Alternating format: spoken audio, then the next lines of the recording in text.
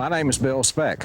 I'm the Assistant Vice President of AKC Performance Events. The AKC licenses over 4,000 field events each year, many of which involve gunning. Our field trials and hunting tests are designed to allow the sporting breeds to showcase the abilities for which they were bred and to also allow you to enjoy a day in the field with your dog. The following video will offer many do's and don'ts involving gunning so that you and your dog may enjoy a safe and fun experience in the field. Thanks, Bill. Without question, the single most important discipline in putting on an AKC field event for pointers, retrievers, and spaniels is the gunning practices used throughout the tests. A major part of this discipline is the selection of the official guns. We strongly suggested very careful planning going into the selection of the official guns. While the judges have the final say as to the position of the guns, we encourage the gunners to point out safety problems if they exist. The official guns should be hunters or shooters that have experience and the knack to know bird flying patterns under many types of wind conditions. The format of this tape will allow you to examine specific disciplines for each of our 3 hunting test and trial formats. While you may be interested in only one of these areas, we suggest you view the tape in its entirety to alert yourself to potential problems in the field. Before we begin, let's see if this gets your attention.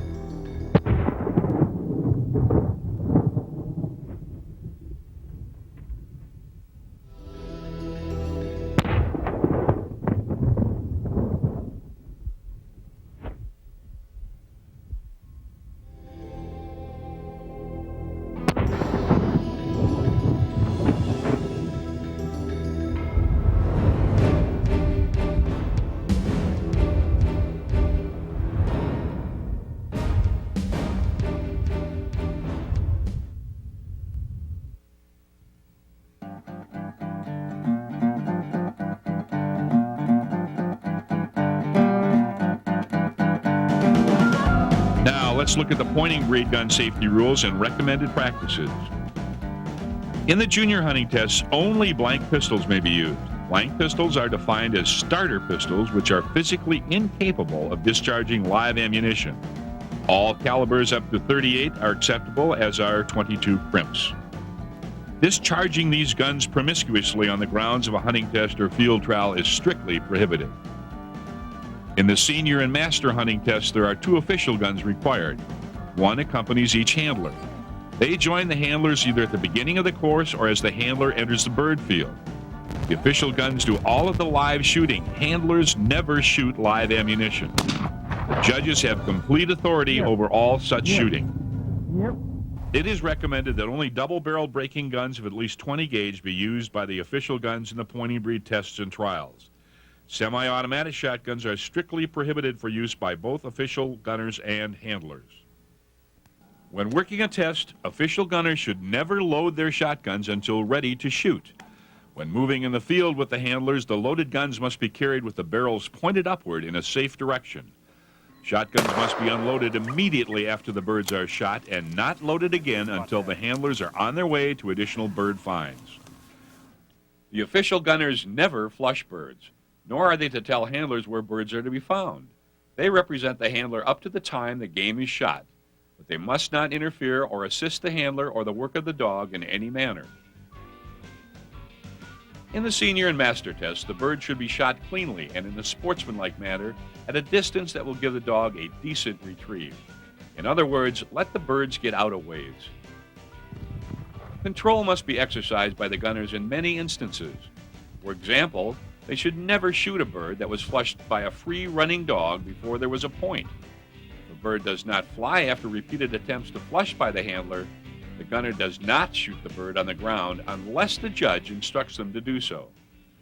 Blank shotgun shells, poppers, are not permitted in pointing breed hunting tests. They may be used in pointing breed field trials if so stated in the premium list. The premium list for field trials must also specify each stake in which birds are to be shot. Gun safety discipline also includes the garments worn by handlers, judges, and official guns. In hunting tests, blaze orange is the order of the day. In the hunting tests, it is mandatory that judges, official gunners, marshals, handlers of the working dogs, and any other personnel in close proximity to the guns wear an outer garment of blaze orange. Vest and or jackets are the minimum. The AKC discourages the use of camoed blaze orange. Here's a quick look at a semi-automatic shotgun, prohibited in pointing breed hunting tests. Pointing breed field trials have some specific directions. The premium list for field trials must specify each stake in which birds are to be shot.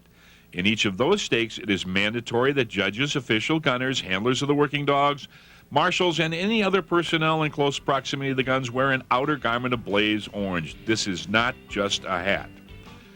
The Pointing Breed Advisory Committee has adopted a recommendation to all pointing breed field trial giving clubs that only double-barrel breaking shotguns of at least 20 gauge be used by the official guns. If any dog that is being considered for a placement in a retrieving stake has not had an opportunity to retrieve, the judges must set up a retrieve for the dog. A live game bird will be planted and the dog allowed to establish point. The handler shall flush the bird and the shooting will be done by no more than 2 official guns. Finally, a word of common sense. Alcoholic beverages are the source of many violations of safe gunning practices in the field. Official gunners and judges must refrain from the consumption of alcoholic beverages until the completion of their assignments, or better yet, until the end of the day in the field. Knowledge of the rules and concentrated attention to your job will make your pointing breed test or trial a success for your club and the participants that have joined you in the venture.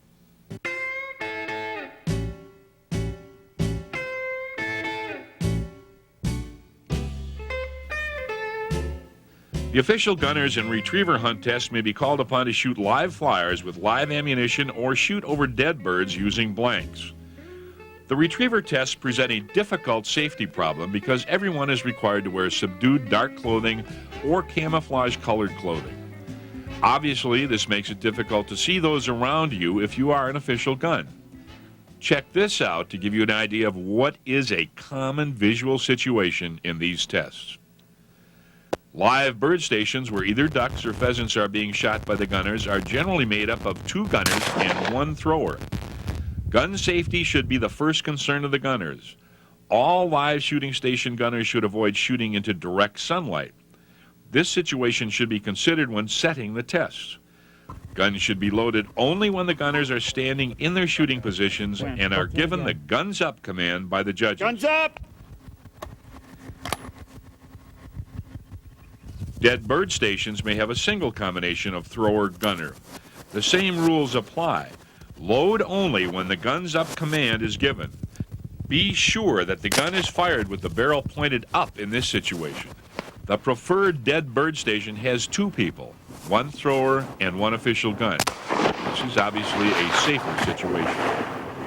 If the dead bird position is a combination thrower-gunner, it is suggested that the fixed stand popper shotgun is used. This is a safer situation and provides a consistent sound pattern for all participants. When using the fixed stand, you may load prior to the guns up command, but use that command to take the weapon off the safety position. Why? Here's another quick look at the power of a popper. Occasionally, hunt tests are set up so they require a popper gunner to shoot from a duck boat. Here is the proper way to assume that position. First, that person must wear a PFD. Put it on and center themselves in the boat. The same rules apply. Do not load until a judge says, "Guns up." Guns up! Fire the gun with the barrel pointed upwards. One comment. You've all done this 1,000 times, so why do I need a PFD? Watch. The AKC does not recommend having official guns shooting live ammunition from a boat. Common sense. Sluicing means shooting a wounded bird on the water. Not only is this practice considered unsportsmanlike in a hunting situation, but it is illegal in many areas in any situation, including a testing situation. Occasionally, judges require gunners to sluice a crippled bird during a test. Judges must be careful in issuing this order to assure the safety of a working dog and any working positions in the area.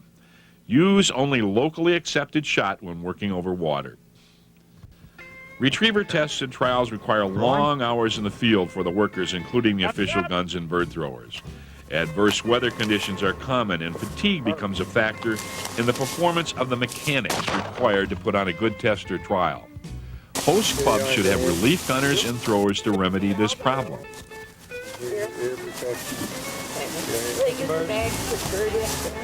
We have talked a lot about the proper guns and other equipment to make a safe test. A couple of other major concerns are proper hearing and eye protection. Check out these options and be sure your gunning positions have access to the proper equipment. Judges are not to be used as gunners. Sometimes in the hunting test, the test requires a gun at the line. The host club must provide the popper shooter in that situation. Handlers are required to carry shotguns in all levels of the retriever hunting test program. These guns must be of the breaking type or absolutely non-functional in nature. They may be wooden gun-like models or any gun where the action is observable. Marshals are required to check the action of any gun given to a handler prior to participation in a test. All persons, gunners, and bird persons should receive instructions about their jobs and gun safety prior to going to their gun stations. Until such time as the dog has come in, picked up the bird, and returned back toward the line. If you then go to sit down, please be sure that you're behind the screen, completely invisible from the line.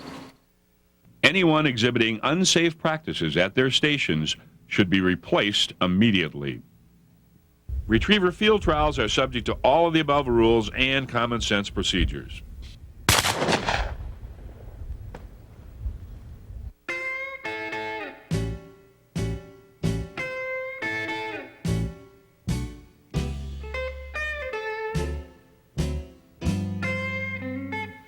When our Flushing Spaniels are working in a hunt test, they will be shot over only by official guns as appointed by the Hunting Test Committee. These gunners are under the direct control of the judges, even though they were appointed by the committee.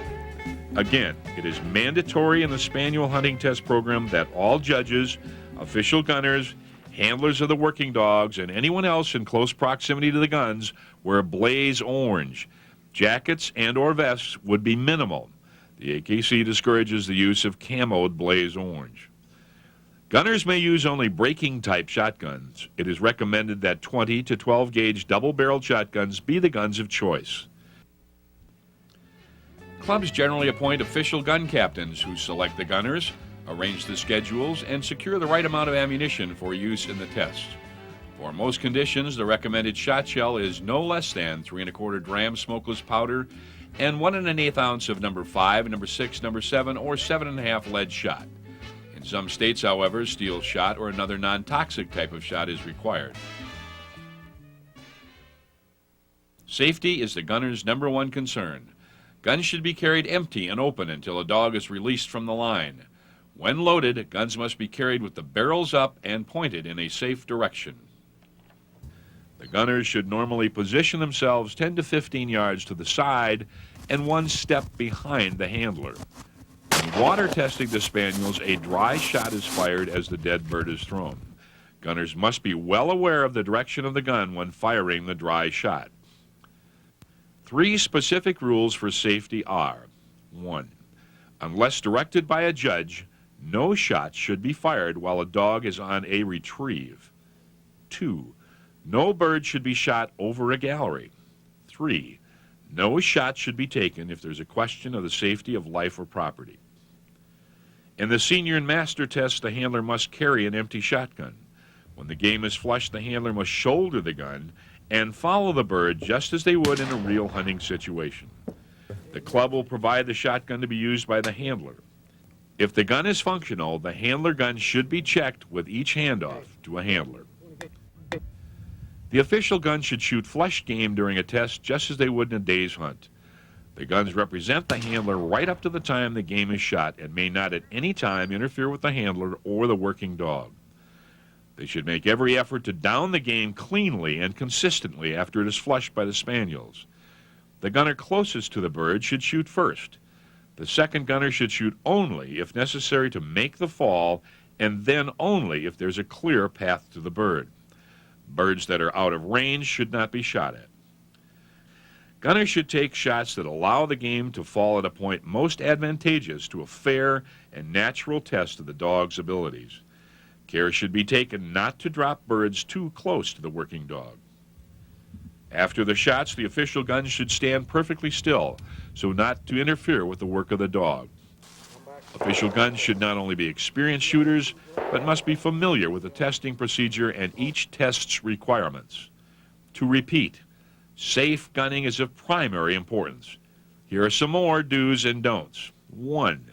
Never rest the stock or barrel of the gun on your foot. 2. Never lean over the barrel or hold your hands over the barrel. 3. Never point your gun at the gallery or at any person on or off the course. 4. Never rest the barrel on the ground where it may pick up some blockage. 5. Gunners should check the barrels periodically for blockages. The Flushing Spaniel is beautiful to watch as it works. Good gun safety discipline will ensure many more great performances in the Flushing Spaniel hunting tests and field trials. Guns, Gunners, and Gunning was designed to give you the basics of the American Kennel Club gun safety discipline. We strongly urge you as clubs and individuals to read thoroughly the regulations for your specific field events. You will find there are some differences between the field trial and hunting test programs in each of the 6 sporting group events.